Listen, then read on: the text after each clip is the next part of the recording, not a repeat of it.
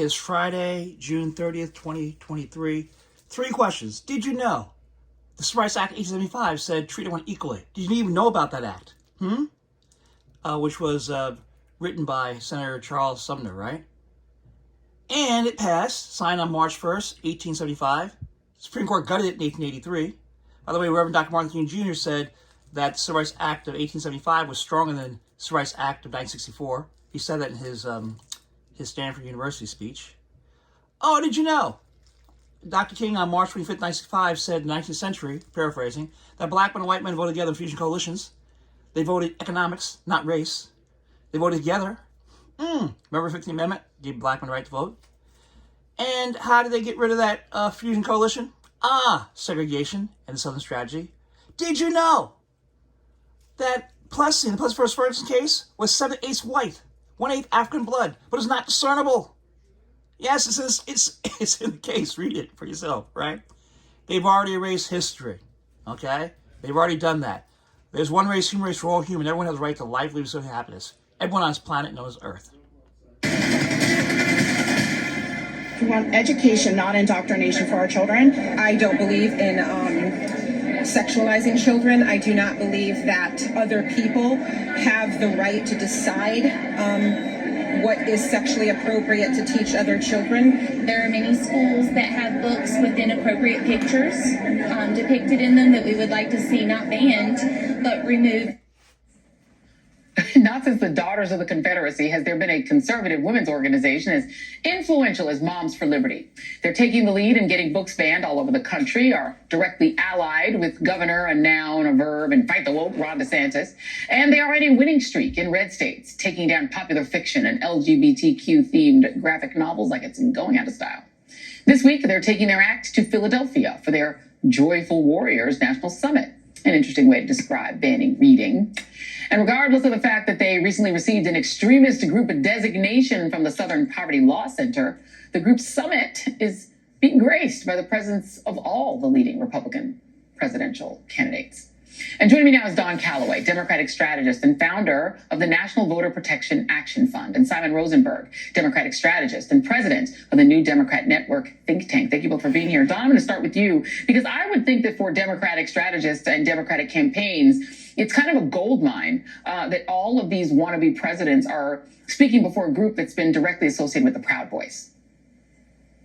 It is, but you have to remember a couple of things. First of all, only you and I and Simon understand what a terrorist designation from the Southern Poverty Law Center actually means, right? So there's nobody on the Republican or even in the middle side of the American political spectrum who is thinking about that as a real red flag and understands that this means these are people who are really on the wrong side of history and probably a present danger to their fellow Americans, right?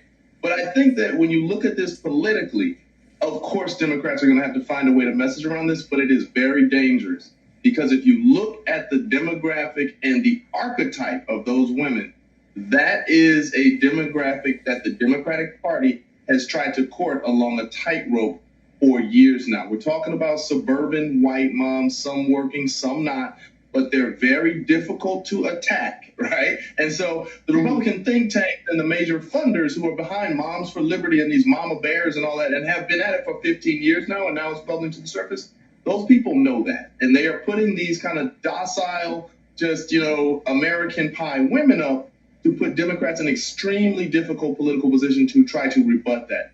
But if you take away the visuals and just listen to what they're saying, the crazy is still there, right? So it makes for perfect video ads because the crazy is still there if we're willing to get away from what they look and sound like. Oh, it was in some of the eyes. In that video I was watching, I was like, ooh. Simon, I mean, then how do Democrats deal with that? Because, right, Republicans are good at naming things. Moms for Liberty, that sounds benign. But what they're doing, the polling, I presume, is extremely unpopular banning books. It is, and I think we should lean into this debate and not shy away from it at all. I mean, I think that if we can't win a big debate with Republicans over book banning, I think we don't deserve to win the next election, right? I mean, this is something, we can't run away from all these culture war issues. We have to run into them, right? We can't run away from them, and we've got to contest their arguments and show them to be for what, as my colleague just said, right? The crazy is still there, and we've got to expose it. And I think this week in general, Joy, was a really important reminder of the basic structure of our politics now. Joe Biden's been a good president. We got great economic numbers. We saw Putin stumble in Ukraine. We've seen better numbers on the border. There continues to be lots of positive news and evidence of his success as a president. And they continue to remind us who they are, that they are too extreme. They've been overtaken by extremism and extremists.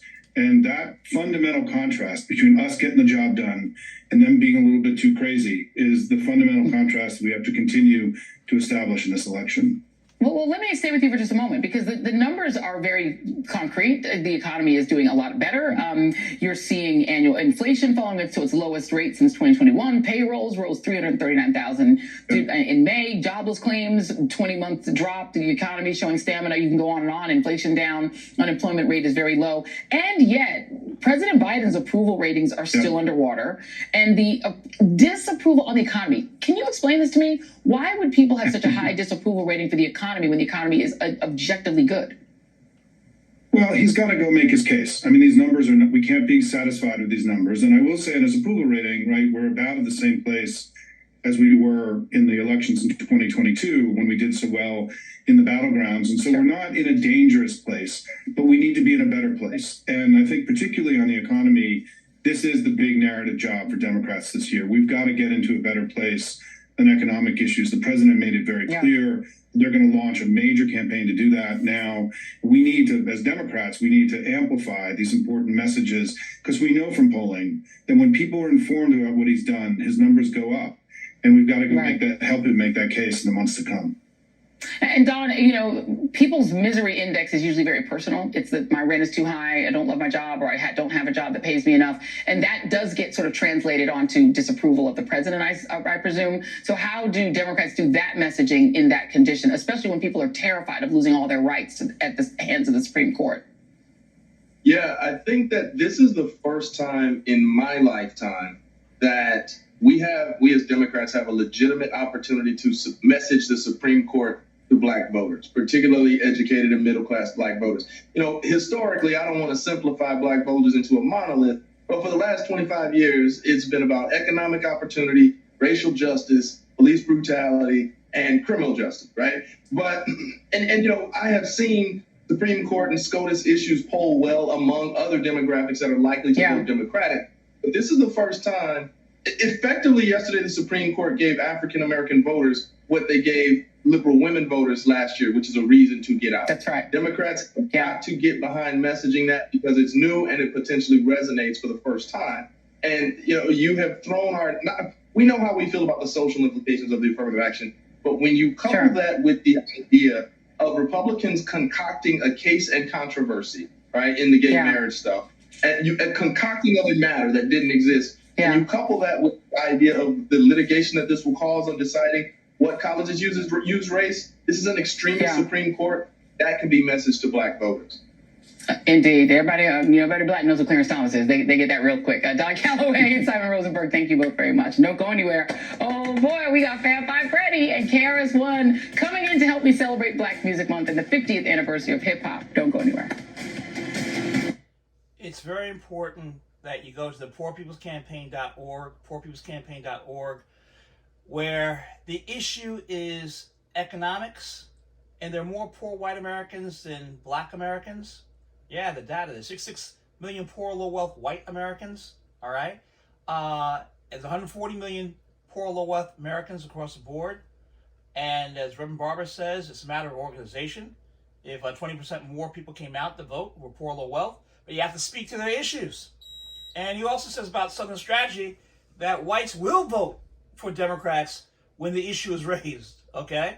Southern Strategy is real, but there's a group of people who will come out. And I say all you need is 5%, 5%, okay, of the white brothers and sisters to understand that, look, you're voting for people who don't care about you, right? And so do like they did back in the 19th century.